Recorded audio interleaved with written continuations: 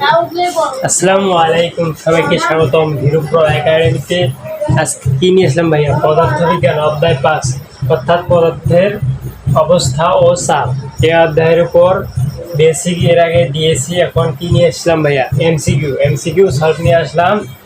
মাত্র 15 থেকে 20টি এমসিকিউর মধ্যে এই অধ্যায়ের ফুল যা এমসিকিউ আছে, টেস্ট পরীক্ষার জন্য বলো অথবা এসএসসি বোর্ড পরীক্ষার জন্য বলো, একদম পূর্ণাঙ্গ একটি প্রস্তুতির জন্য আজকের এই ক্লাস।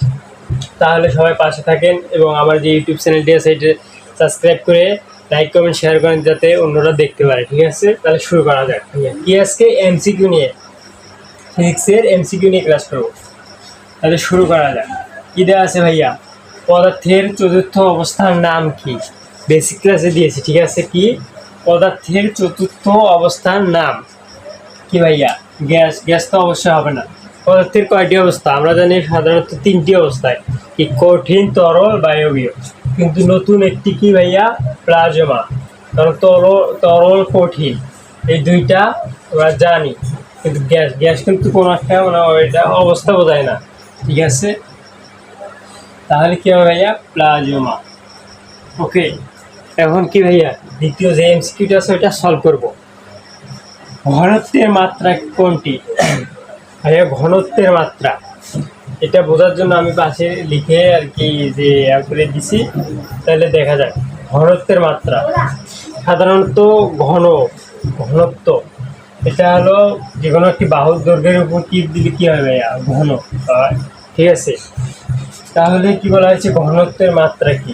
আমরা জানি ঘনত্ব রো ইকুয়াল মানে ভর ডিভাইডেড কি আয়তন ভাইয়া।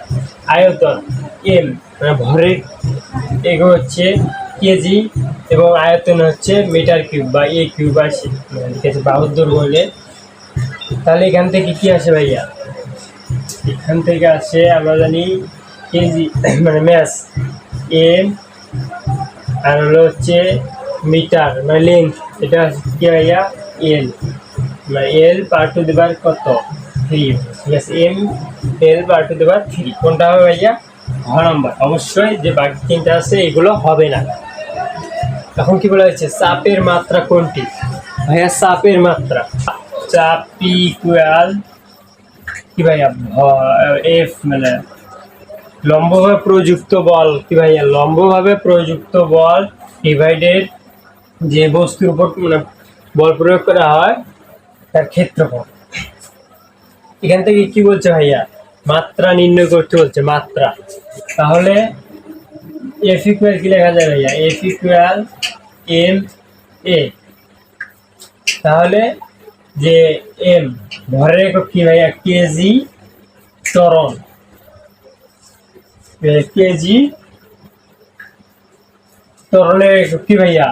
Metre per second, metre per second square. তাহলে এখান থেকে কি নির্ণয় করতে হবে ভাই? মাত্রা। তাহলে যে বলের মাত্রা কি ভাইয়া? M L T to the power minus per to the power 2। এখন কি ভাইয়া? ক্ষেত্রফল। ক্ষেত্রফল হচ্ছে লেন্থ মানে এল স্কয়ার, এটা মানে ক্ষেত্রফল স্কয়ার, ঘনত্ব হলে কিউব হবে ভাইয়া। ঠিক আছে, তাহলে এখানে ডাইরেক্ট মানটা বসাই দিই ভাইয়া। M L T to the power minus 2 অথবা আর কি আছে ভাইয়া? ওই যে ক্ষেত্রফল কি হবে? লেন্থ মানে এল স্কয়ার। ঠিক আছে, তাহলে কি হবে ভাইয়া? মাত্রা হবে এম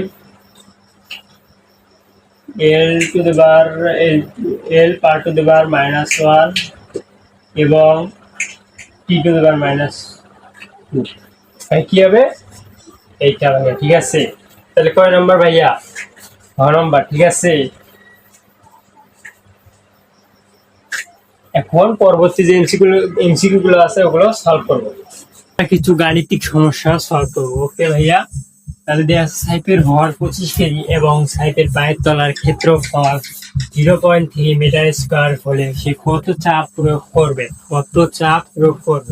প্রেসার টি ইকুয়াল ভাইয়া, প্রেসার টি ইকুয়াল কি ভাইয়া?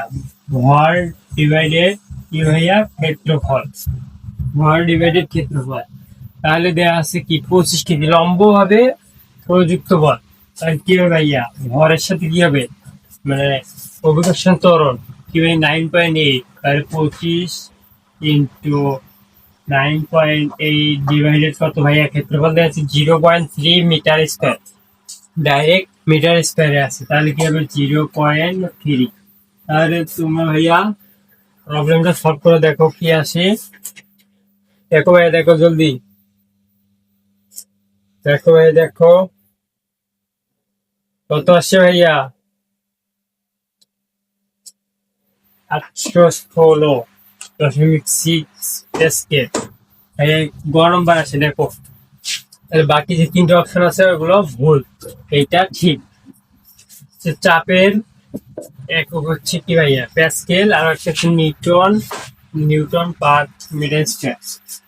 ওকে, একটি বস্তু লম্বভাবে 50 প্যাসকেল চাপ প্রয়োগ করে, কত ভাইয়া 50 প্যাসকেল চাপ প্রয়োগ করে, বস্তুর ভর 15 কেজি হলে ক্ষেত্রফল কত বর্গ একক। কি চাইছে ভাইয়া, ক্ষেত্রফল মানে এর মান চাইছে।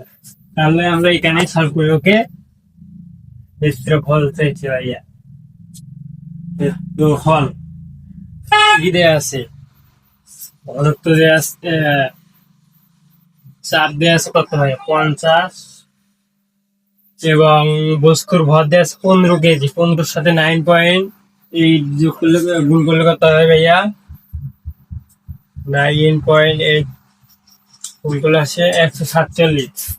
147 ডিভাইডেড কত ভাইয়া 0.3। 0.3 কেন ভাইয়া, হবে তো হলো কত ভাইয়া, তো এর মানে তো আমরা বাইর করবো ভাই, সরি বের করবো এর মান অর্থাৎ ক্ষেত্রফল। তাহলে ক্ষেত্রফল কত হবে 147 ডিভাইডেড 50, কত আসে ভাইয়া 147 ডিভাইডেড কত ভাইয়া 50।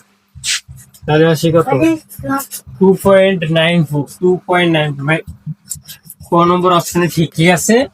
তাহলে বাকি যে তিনটি অপশন আছে এগুলো ভুল। ওকে, তোমরা দেখো আমার ভুল হতে পারে, তবে যে প্রবলেম সলভ করার যে নিয়মটা দেখাই দিছি ওইটা অনুযায়ী সলভ করবো। ওকে, কোন তরল পদার্থের ভাইয়া, কোন তরল পদার্থের ভর 500 গ্রাম, কি দেওয়া আছে ভাই গ্রামে দেওয়া আছে, ও আয়তন 0.5 মিটার কিউব।